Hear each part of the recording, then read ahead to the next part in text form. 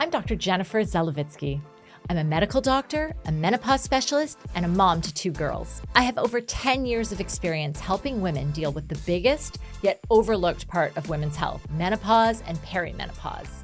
If you've ever felt like you're going through midlife alone, you're not. And if you've ever wondered if what you're experiencing isn't normal, we're going to talk about it. Make sure to subscribe to the Medsplaining podcast on your favorite podcast platform to never miss an episode. Let's get into it.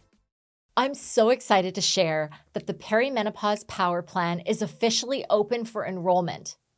This is a 4-week, self-paced online course designed to help you understand what's happening in your body, manage your symptoms, and feel more in control without the guesswork. We cover everything from hormone changes and lifestyle strategies to treatment options, supplements, and how to advocate for yourself at the doctor's office. It's practical, supportive, and totally reusable. You'll get a bunch of short, easy-to-follow videos from me each week, plus a super practical workbook to help you put everything into action. It's all bite-sized and totally doable, nothing overwhelming. And the best part? You can revisit it anytime, whenever you need a refresher or a boost. Plus, when you sign up, you'll get exclusive access to a live 1-hour virtual Q&A with me, where you can ask your questions and connect with other women who are navigating the same changes. So if you're in your 30s, 40s, or even 50s and starting to wonder, is this perimenopause? You're not alone, and this course is for you. Join now and get a free downloadable perimenopause symptom tracker. Welcome to Medsplaining. Today we're doing a mini episode on high cholesterol versus high cardiovascular risk. So every day I speak to women who are worried about their cholesterol. Maybe they were told by their doctor that their bad cholesterol is too high and they need to consider a statin or another lipid-lowering medication. Can it be that almost all of my patients in perimenopause are at high risk for a heart attack or stroke in the near future? Not so fast. Let's look at the reality of the situation. Here's a nice graph from the Korean Journal of Medical Sciences that looked at postmenopausal women aged 40 plus. You can see the increase in total cholesterol over the menopause transition. Now, it is known that estrogen helps to protect women against cardiovascular disease before menopause. So naturally, it's understandable that as those estrogen levels decline, so does that protective benefit. Now, let's look at my own data as a way of understanding the difference between the cholesterol numbers and your cardiovascular risk.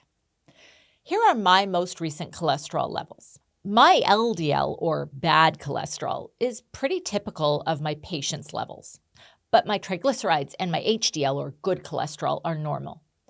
You can see the LDL here is lit up in red, and if you just look at the number on its own, you might think, wow, that's above the normal range, but that's not how the number is meant to be interpreted. Look at the fine print. It says that in patients with an LDL over 3.5, you might consider medication if their FRS is over 5% or intermediate. Wait, what's the FRS? Well, it's the Framingham Risk Score. And here is mine. You can see it takes so many things into account, like my blood pressure, whether I smoke, whether I have diabetes, if I'm on blood pressure medications, my age and my sex, etc. And what it doesn't include is also telling, the LDL cholesterol. You see, it turns out that the protective effect of a solid HDL is more important than the LDL in determining your risk. When I plug my numbers in, my risk of having a cardiovascular event in the next 10 years is extremely low, less than 1%. Now, a few caveats. If your LDL is above 5, that usually indicates more of a genetic predisposition towards high cholesterol, and you should discuss treatment with your doctor regardless of your Framingham Risk Score. Another thing to consider is family history. If either parent or a sibling had a cardiovascular event before age 50, that doubles your risk. Also, factors such as obesity and alcohol in excess of 6 drinks per week is known to affect our risk, but this type of risk assessment doesn't factor in. One other tip. Consider asking your doctor to do a next-level test for you to further stratify your own risk.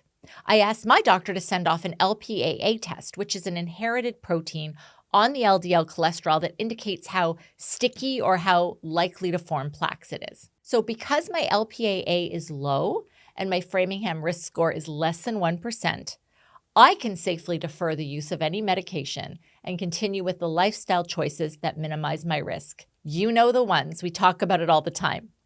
Regular exercise that challenges you, whole food nutrition, minimal to no alcohol, not smoking, and getting 7 hours of sleep. So I hope that this mini episode has helped to clarify the difference between your cholesterol lab results and your actual risk of having a future cardiovascular event. And that concludes this mini episode.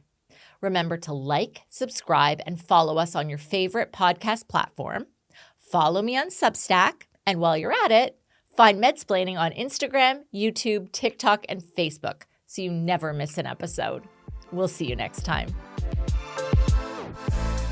Thanks for listening. Don't forget to follow us on Instagram, Facebook, LinkedIn, and TikTok at Medsplaining. If you have any questions, shoot me a DM. And if you like this episode, the best thing you can do is tell a friend or rate and review it wherever you listen to your podcast so other women can discover it. And don't forget, if you're listening to this, you may be happy to know that we video every single episode, so you can watch it if you prefer on YouTube. See you next week. Medsplaining is produced by Ghost Bureau. Thank you for tuning in to Medsplaining.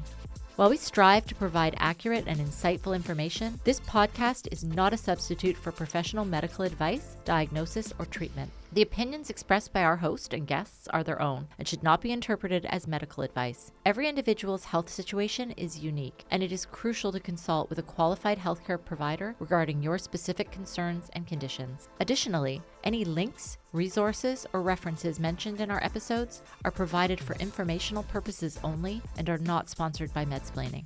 The producers and hosts of Medsplaining assume no responsibility or liability for any actions taken as a result of listening to our podcast. We encourage you to use the information presented here as a starting point for discussions with your healthcare provider.